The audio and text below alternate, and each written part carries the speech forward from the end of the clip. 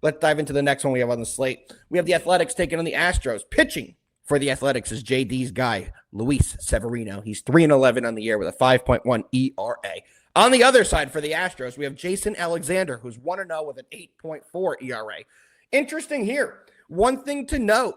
So Jason Alexander, in his ESPN profile picture, the picture that they have him listed in, he's in an Athletics hat. So what does that tell you? He got traded this season from the Athletics to the Astros and is versing his former team in this spot. JD, all that being said, your guy Sevy has gotten shelled at home, but he's on the road in this spot where he claims he's been doing way better. The numbers don't exactly align to that, but that's what he's been saying in his interviews. What do you like in this spot?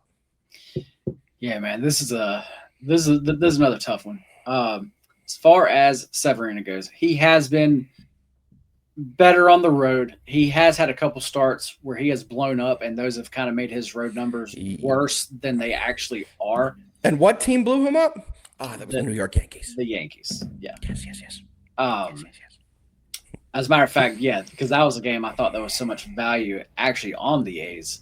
Because he had been pitching so well on. And then he gave up I think it was like 10 in 3 or 4 innings. He got shit. Like they left him in for a while. I think they did that because he was talking a lot of crap, Severino, about the stadium they're playing in, about the team. And then he got shelled on the road and they kind of just left him in there to get cooked a little bit. I found that a little interesting. Yeah. But yeah, he is on the road here, but the A's are losing games. Matter of fact, they're even finding ways to lose games. JD, does that shock you? They've been doing that for 25 years now. No, that does not shock me whatsoever. On the other side, you got the Astros. Astros are playing some good baseball. The Astros are winning games. They're throwing out the man, Jason Alexander, though. And I'm not sure if he's going to be an opener. I'm not sure if he's going to actually try to make it a start. I'm not sure what they're doing here. As far as his numbers on the season, as far as his ERA has an 8.4 ERA and a 1.8 WHIP. They're interesting, his numbers, to say the least.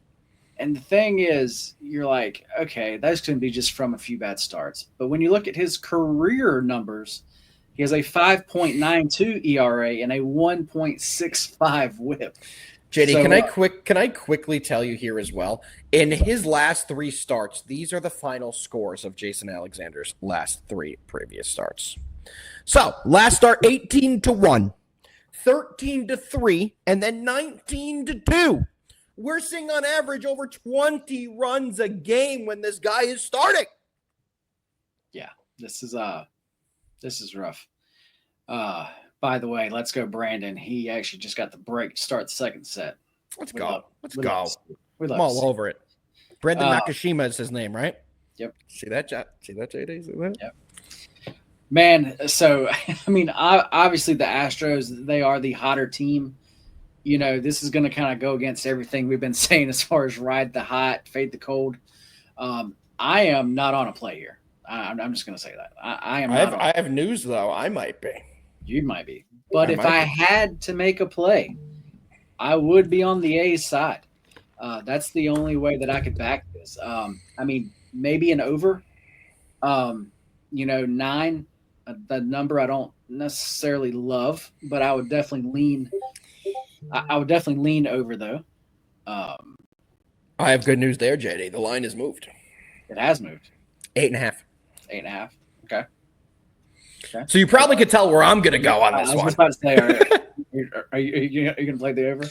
So what's the opposite of an under thunder? J-Bo, that's your new little job we have for you. Find us a line that's the opposite of an under thunder, because that's what I'm playing in this fucking game. I'm taking an over donkey, whatever the fuck it is. We're taking the over at -125. It's a little juiced on the over, boys, but I do think we're going to see a ton of runs in this spot. I just went over it. Jason Alexander starts lead to a lot of runs. 19 runs in his last start, 16 runs in his start before that, and 21 runs in his start before that. He gets shelled or they hit for him. It's very interesting. When he pitches, there's a lot of runs in the games. And yet again, he was on the Athletics for most of the year. They have seen him. They know his work. So I think we will see a ton of runs on both sides here. I think this one's going to cash by the 5th inning. Truthfully, I think they're going to get shelled early. Don't hold me to that. If it doesn't cash by the 5th inning and we get it later in the game, it's still a win, so don't yell at me. But I do think this one will cash early, and I think we'll have a very good time watching this game, and we'll see a lot of balls leave the park. This might be a game you want to target some SGPs. This might be a game where you may want to target some homer props, and I think you'll see a lot of them here. This one's interesting to me as well, JD, because the line opened at 7.5. Really odd. Then it got steamed to 9.5. Then down to 9, now back to 8.5. I think you have to get the good number here, and I think 8.5 is right at the sweet spot. So if you agree with me, I would take it now before the line does move. But yes, official play for me that will be in VIP over 8.5 minus 125 in the Athletics and the Astros game tonight. All right. What that is kind of telling me is that Jason Alexander is not going to be in the game long. No, of course not. I mean, you take a look at his games, it's very rare he gets out of 2 to 3 innings. He's usually used as somewhat of it. He's like a long reliever opener. He's not going to give you 1 inning. He'll probably give you more than 2, but he's not going to give you more than 4 or 5 innings. That's just not what he does. So you could get 3 to 4-ish innings out of him. That's ideal for them, but I don't think you're going to see a ton more